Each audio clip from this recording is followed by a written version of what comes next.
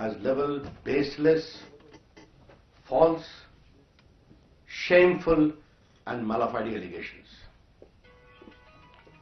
हम राहुल गांधी की परेशानी समझते हैं. वो हारे हुए हताश हैं. देश के लोगों ने उनको दिल्ली में हरा दिया, केंद्र में, प्रदेशों में हार रहे हैं, बाई इलेक्शंस में हार रहे हैं. अब जनता कांग्रेस पार्टी को म्युनिसिपैलिटी के लायक भी नहीं समझती. गुजरात में सफाया हुआ, कल चंडीगढ़ में सफाया हो गया, महाराष्ट्र में बुरी तरह से हार गए, राजस्थान में हार गए. तो राहुल गांधी बार बार अपनी पार्टी को अपनी अगुवाई में हरा रहे हैं, इसलिए हताश हैं. Mr. Rahul Gandhi is leading his party to repeated disastrous defeat. The people of the country are not trusting him and his party to lead the country, to lead in the states. Now they don't even think his party capable enough to run municipalities. And Congress party is suffering disaster after disaster, from Maharashtra to Gujarat to Rajasthan to yesterday in Chandigarh. तो मैं हारे हुए हताश राहुल गांधी अपने गुस्से में बेबुनियाद आरोप लगा रहे हैं. एक तो हमें यह बात कहनी है. दूसरी बात हमें कहनी है कि ऑगस्टा वेस्टलैंड करप्शन के मामले में कांग्रेस के नेताओं के नाम आ रहे हैं, उनके परिवार का नाम आ रहा है. उसको लेकर बहुत परेशान है. परिवार का नाम आया था इटली में भी, और यहां भी इन्वेस्टिगेशन चल रहा है. तो अब जब बार बार परिवार तक बात पहुंची है ऑगस्टा वेस्टलैंड में, तो ध्यान बटाने के लिए राहुल गांधी ने यह बेबुनियाद स्टेटमेंट दिया है. हमारा स्पष्ट आरोप है कि ऑगस्टा वेस्टलैंड मामले में जब उनके परिवार का नाम आ रहा है, कांग्रेस के बाकी का लोगों का नाम आ रहा है, तो ध्यान बटाने के लिए यह बेबुनियाद आरोप लगाया गया है. ये राहुल गांधी खुद क्या है? 5,000 करोड़ के नेशनल हेराल्ड के सीरियस चीटिंग और फ्रॉड के केस में बेल पर है. आपको याद होगा कि जब सुब्रमण्यम स्वामी ने केस किया था, तो उसको क्वॉशिंग के लिए ये लोग दिल्ली हाई कोर्ट गए, सुप्रीम कोर्ट भी गए, और बाद में केस को विड्रॉ करना पड़ा, और ये बेल पर हैं. तो राहुल गांधी जो इतने बड़े व्यापक घोटाले में, फ्रॉड और चीटिंग में बेल पर हैं, वो भारत के पाक साफ ईमानदार प्रधानमंत्री नरेंद्र मोदी जी की सरकार पर झूठे आरोप लगा रहे हैं, जिनके लगभग 2.5 साल के शासन में पूरी ईमानदारी से देश का शासन चल रहा है. कांग्रेस का पूरा इतिहास भ्रष्टाचार का रहा है. देश को लूटने वालों को प्रोत्साहित करना और बचाना रहा है. The whole history of Congress stinks with corruption. The saga of Congress government is to promote the looters of public money and to protect them. Congress के शासन में पृथ्वी के किसी भी अंग को छोड़ा नहीं गया. अंतरिक्ष में भी भ्रष्टाचार, आकाश में भी भ्रष्टाचार, जमीन पर भी भ्रष्टाचार, पाताल में भी भ्रष्टाचार, और समुद्र में भी भ्रष्टाचार. The exemplary record of corruption of Congress party establishes a new benchmark in loot of public money in the annals of governance in the world. They did not spare the sky, they did not spare the space, they did not spare the land, they did not spare under the land, and they also did not spare the sea. अंतरिक्ष देवास अंतरिक्ष में है, helicopter scam आकाश में है, बाकी जो हवाई जहाजों की खरीद में घोटाले हुए वो आकाश में है, कॉमनवेल्थ और आदर्श घोटाला जमीन पर है, स्पेक्ट्रम घोटाला भी आकाश का है 2G का, कोयला घोटाला पाताल का है और सबमरीन घोटाला समुद्र का है। राहुल गांधी, आप एक बात का जवाब दीजिए, 10 साल की सरकार में आपकी ताकत मनमोहन सिंह से अधिक थी। आपने एक बार भी कभी इन सारे घोटालों पर एक बात कहा क्या? जब आपके मंत्री इस घोटाले को जीरो लॉस थ्योरी बता रहे थे तब आप खामोश थे। जब आपके दूसरे मंत्री, उस समय के वित्त मंत्री, कह रहे थे कि कोयला तो मदर अर्थ से अटैच्ड है तो घोटाला क्या हुआ, तब आप खामोश थे। और वहीं पर मोदी जी की सरकार में स्पेक्ट्रम को 1,10,000 करोड़ में हाईएस्ट बेचा गया और 3 लाख करोड़ रुपए कोयला घोटाले में नीलामी में किए गए। राहुल गांधी के बारे में एक बात जनता अब सोचने लगी है कि राहुल गांधी बोलने से पहले सोचते नहीं है, न बोलने के बाद सोचते हैं। और ये बात मैं पूरी जिम्मेदारी से कह रहा हूं। याद करिए, राहुल गांधी ने एक बार एक ऑर्डिनेंस को फाड़ा था जब मनमोहन सिंह की सरकार थी, और क्या कहा था? It is nonsense. Rahul Gandhi ने कभी इतने बड़े घोटाले को नॉनसेंस कहा क्या जो उनकी सरकार में हुआ? लाखों करोड़ की जनता की कमाई लुटती रही, राहुल गांधी ने एक शब्द बोला क्या? Not a word was spoken by Rahul Gandhi on the series of stinking corruption which has become integral to Manmohan Singh government, in which he was, after his mother, the second most powerful person. He never tried to take any step to stop it.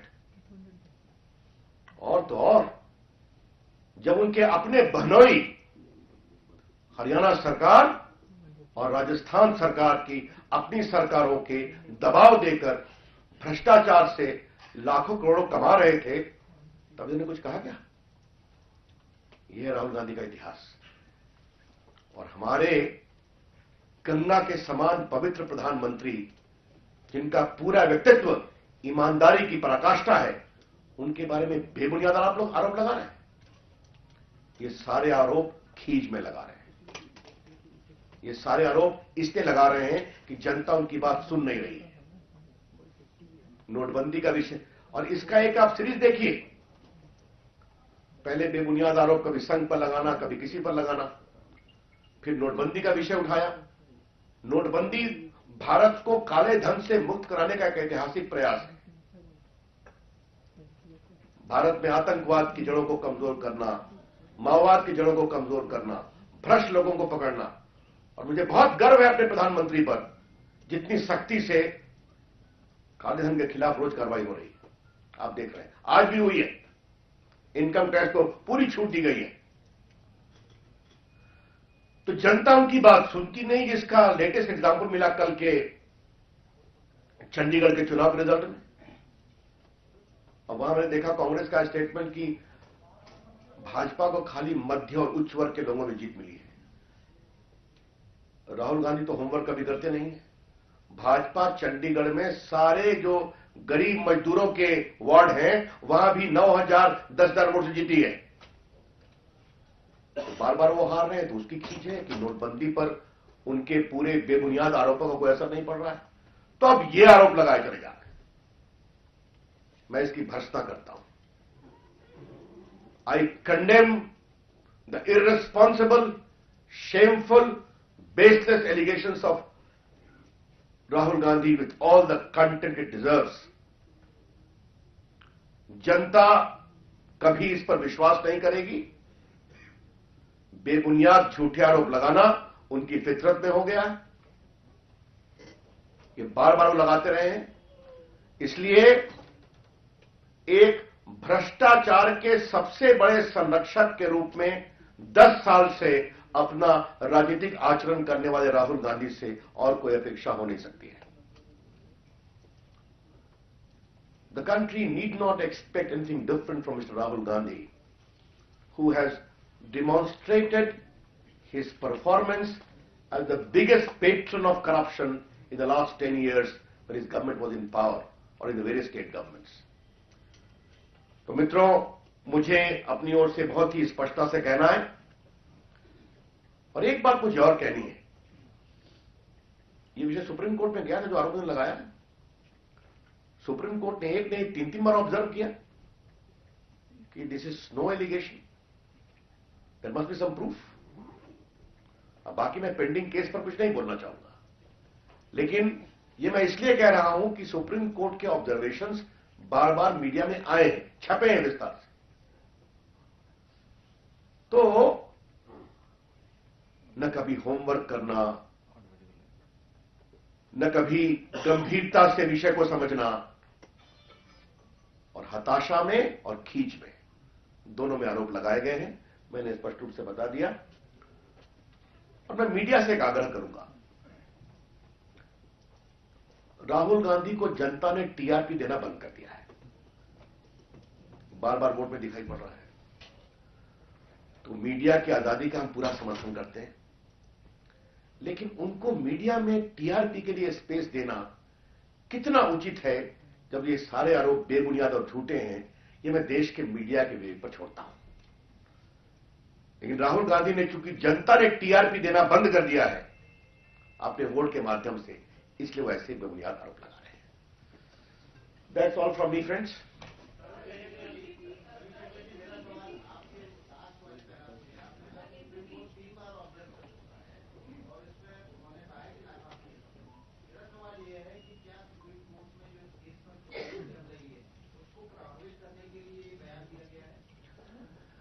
अब यह बात आपको राहुल गांधी से पूछना चाहिए। अगर राहुल गांधी अपने party के उपाध्यक्ष हैं, जिनको अध्यक्ष बनने की कवायद के लिए कांग्रेसी बेहाल हैं कई वर्षों से, तो ये उनको सोचना चाहिए कि जो मैटर सुप्रीम कोर्ट में पेंडिंग है, 3 बार ये टिप्पणी आई है, तो फिर उस तरह के बेबुनियाद आरोप लगाना कितना उचित है।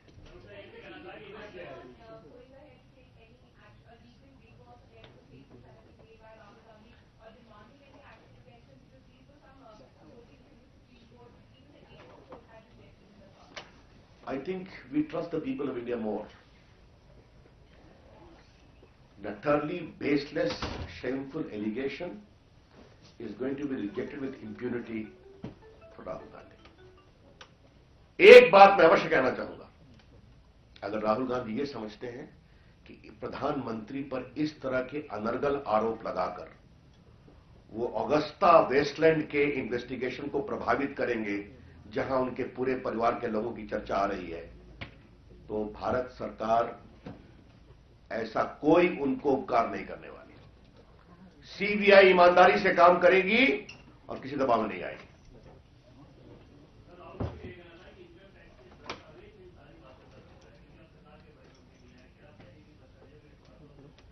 देखिए, वो तो सरकार इनकम टैक्स तो 2.5 साल से काम किया ही होगा, बिल्कुल, तो उसकी प्रक्रिया है। दस्तावेज जेन्युइन है नहीं है, उसके जांचने की प्रक्रिया है, उसकी फॉरेंसिक प्रक्रिया है, आप भी जानते हैं। तो जो प्रक्रिया होगी वो अपना इंटीमेट करेंगे, या कार्रवाई होगी, खत्म हुई होगी या नहीं हुई होगी, ये तो इनकम टैक्स करेगा। लेकिन मुझे आप ये बताइए कि अगर 2.5 साल से है तो राहुल गांधी पहले क्यों नहीं बोले? मैं आपसे एक सवाल पूछना चाहता हूं, ये केस कब फाइल हुआ था? केस की पहली सुनवाई कब हुई थी? राहुल गांधी तब क्यों नहीं बोले? जहां तक सदन में चर्चा का सवाल है, हमेशा तैयार थे। लेकिन राहुल गांधी बोले, झूठे आरोप लगाए और सदन का, उनके पार्टी के लोग सदन को डिस्टर्ब करते, ये तो नहीं चलेगा ना, हमारा जवाब भी सुनना पड़ेगा ना। लेकिन राहुल गांधी आज क्यों लगा रहे हैं, सवाल ये है, उसका उत्तर मैंने पहले दे दिया।